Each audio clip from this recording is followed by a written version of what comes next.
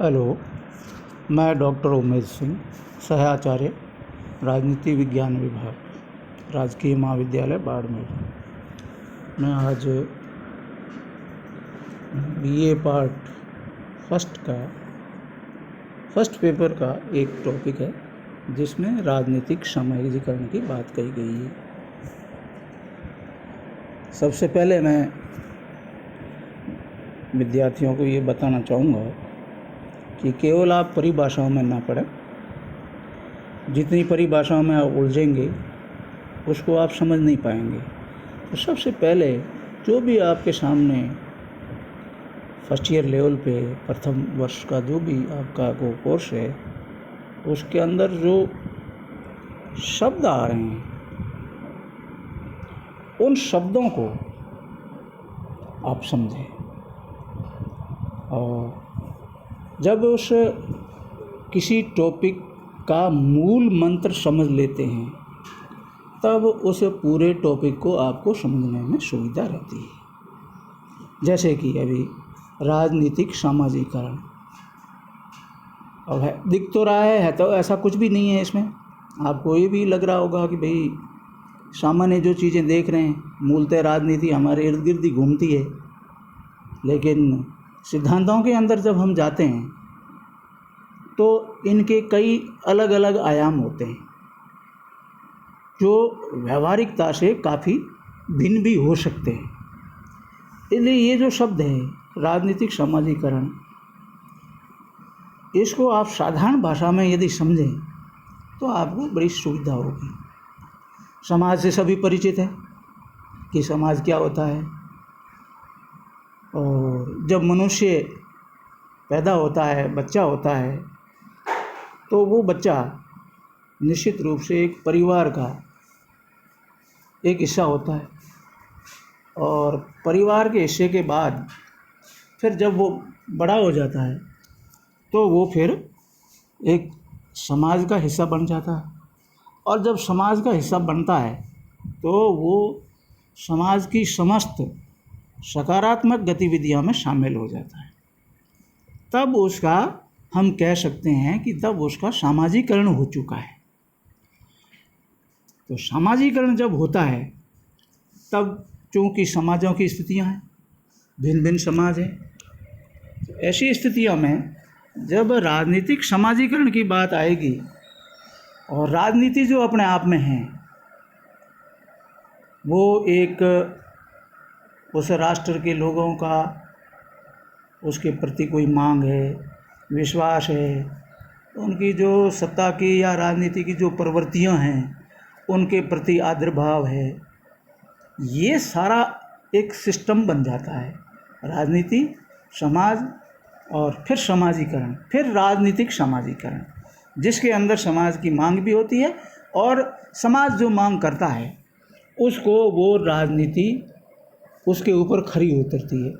अतः हम कह सकते हैं कि यह एक ऐसी अवधारणा है और एक ऐसी प्रक्रिया है जो निरंतर चलती रहती है, क्योंकि जब प्रक्रिया शब्द कहीं आता है तो निश्चित रूप से वो नहीं रुकने वाली स्थितियों में होता है। प्रत्येक राष्ट्र में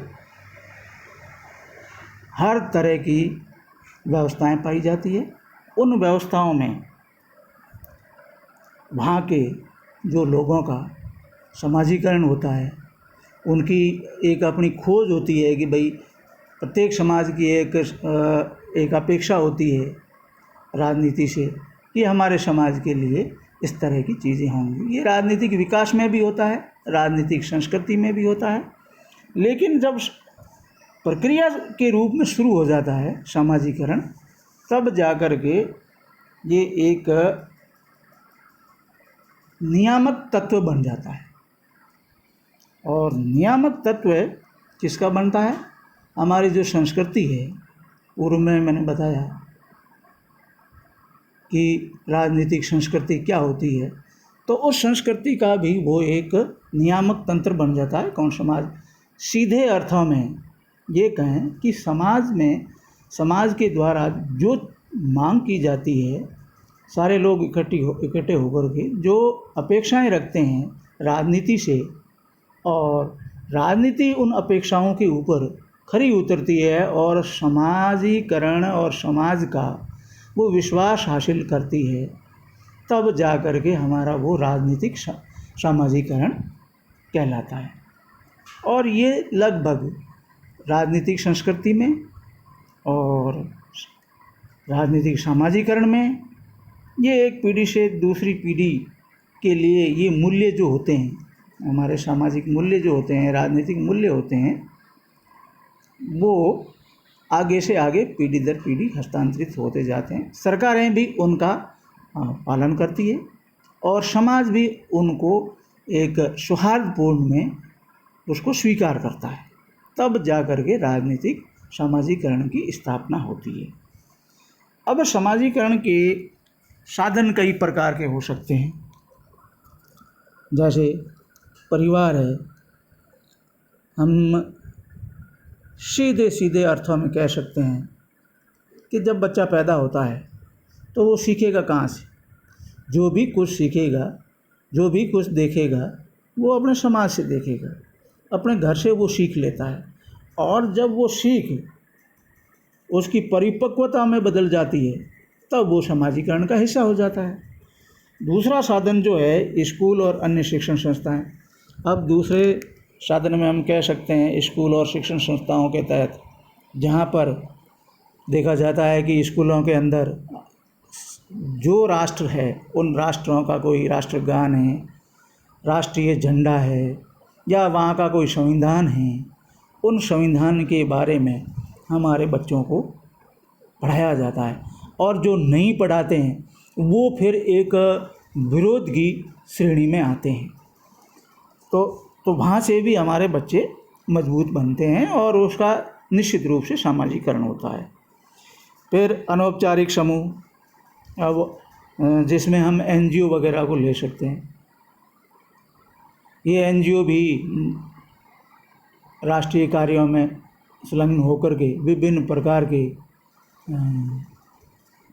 कार्यक्रम चलाते हैं, और उन कार्यक्रमों के माध्यम से बच्चों को है, बड़ों को है, वो राष्ट्रीय भावना के प्रति और राष्ट्रीय नीतियों के प्रति और